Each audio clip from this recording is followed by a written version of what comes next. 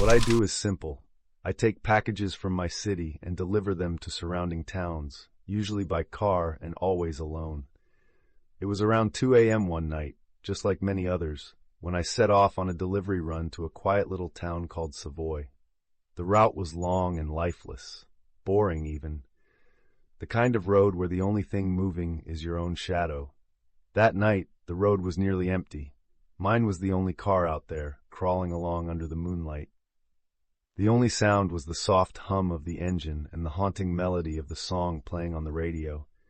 And yet, something felt wrong. I couldn't say what it was, but it was like the silence itself was warning me. A strange feeling crept over me, cold, almost like invisible fingers brushing the back of my neck. At first, I tried to ignore it, but then the steering wheel began to shake. My heart jumped into my throat. "What's happening?" I whispered to myself, gripping the wheel tighter.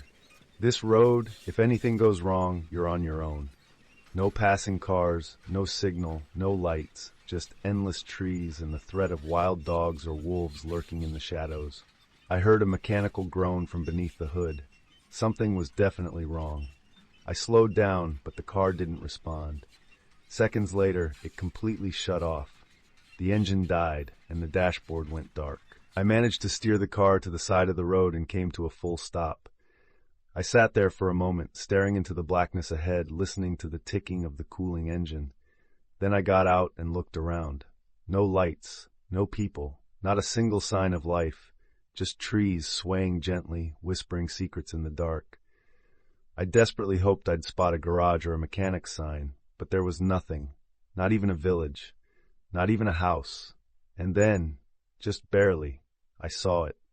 A faint light in the distance, flickering, weak, like it was struggling to stay alive. But it was enough to give my heart a little hope. Maybe there was someone there. Maybe I could get help. The light looked like it came from a house or maybe a garden lamp. It was hard to tell. Whatever it was far. I'd have to walk a good while to reach it. So I started walking. The ground crunched beneath my feet. Each step seemed louder than the last. The air was thick. Fear settled in my stomach like a stone. Still, I pushed forward, trying to stay calm. But the closer I got, the stranger it became. The light didn't seem any nearer. And then I heard it. A sound, soft at first, like a drum beat, then clapping. It was faint but clear. My heart skipped. Was it in my head? Was I hallucinating? The sound grew louder with every step. It didn't feel random. It felt rhythmic, intentional, like some kind of ritual. The light, the sound, they both seemed to come from that unclear house or garden in the distance. But one thing I was sure of now, the sounds belonged to that place. That faint light, it gave me hope. I told myself there must be people there, maybe even a few men who could help me push the car or take a look under the hood. Surely someone would come with me.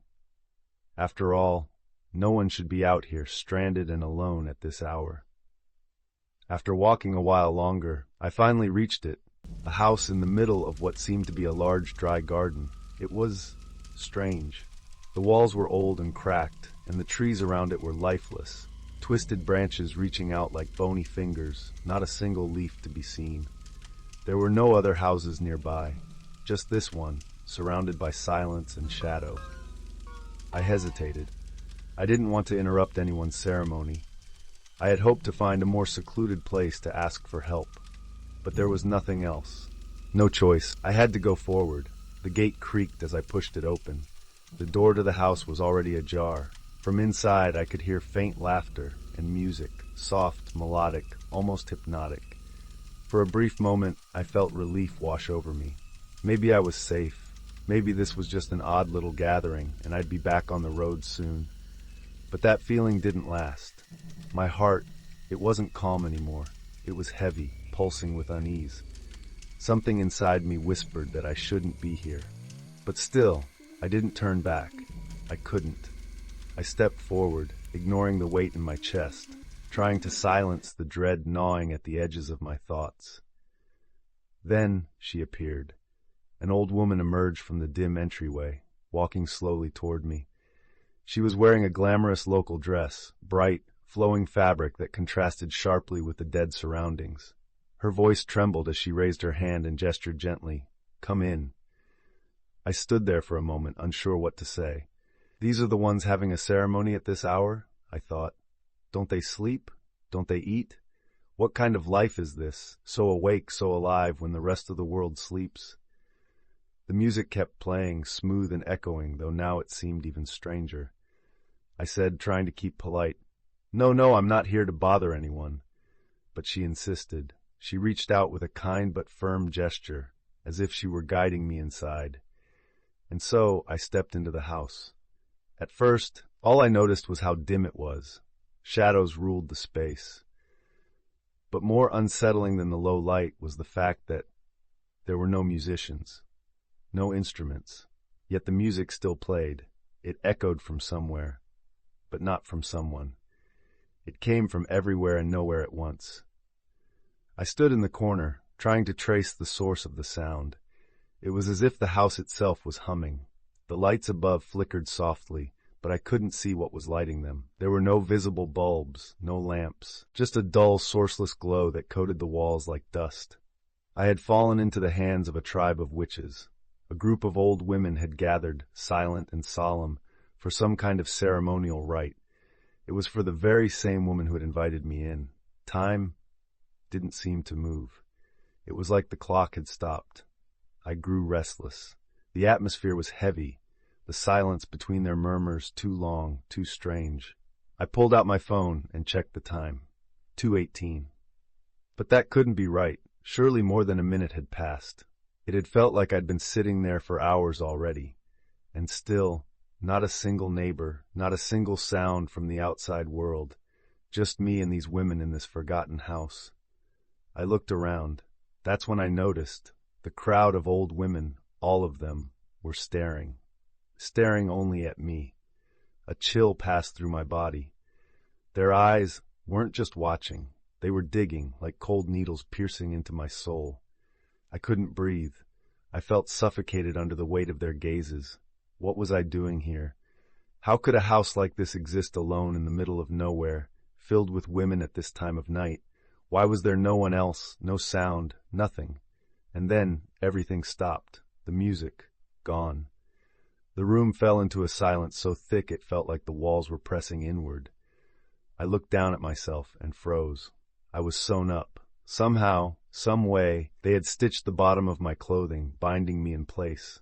I hadn't even felt it happening. But now, I couldn't move. The air grew heavier. Their eyes grew darker.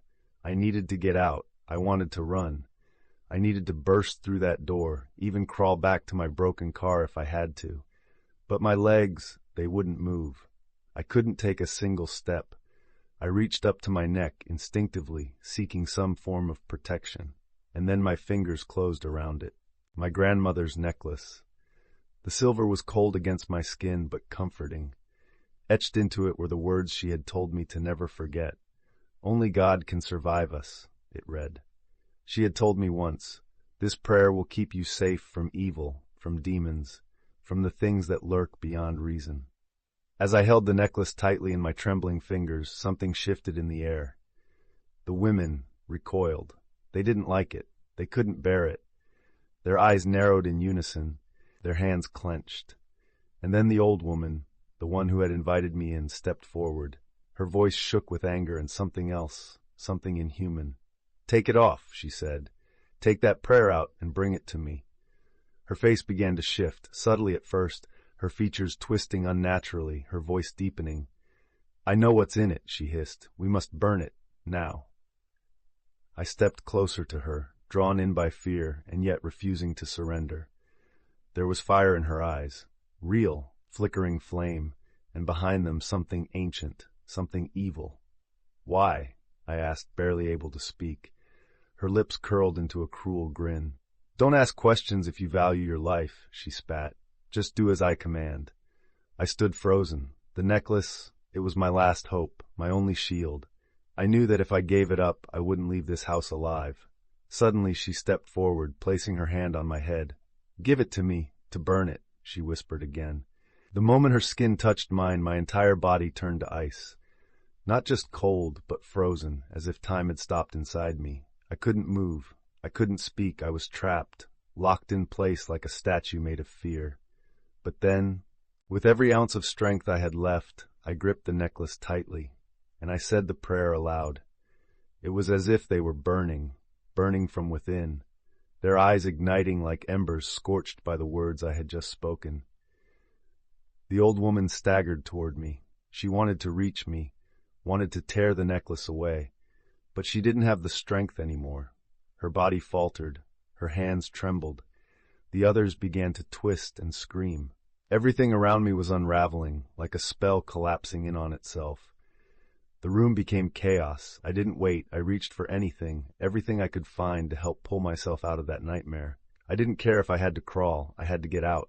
Then, suddenly, I felt something. Movement, warmth, strength in my legs. I whispered beneath my breath, voice trembling but sure, God. You helped me. Without your name, I am not able to escape. Without your name, I am not able to serve. I repeated the words again and again, almost as if in trance. I'm not able to serve. I'm not able to serve. I'm not able to serve. I'm not able to survive without you. And then, like an unseen force heard my cries, the door to the house creaked open by itself. Light from the moon spilled in. Without hesitation, I ran. I ran past the writhing, howling women. Their screams echoed behind me, shrill and furious, but I didn't look back. I threw myself into the car, breath heaving, and then, miraculously, the engine started. Like nothing had happened, like the car had never broken down at all. But I had changed. I wasn't the same. I didn't even understand myself anymore. All I could feel was fear, deep, endless fear that clung to my skin like cold sweat. I drove, as fast as I could, faster than I had ever driven before, away from that house, away from that road, away from the nightmare that still echoed inside me.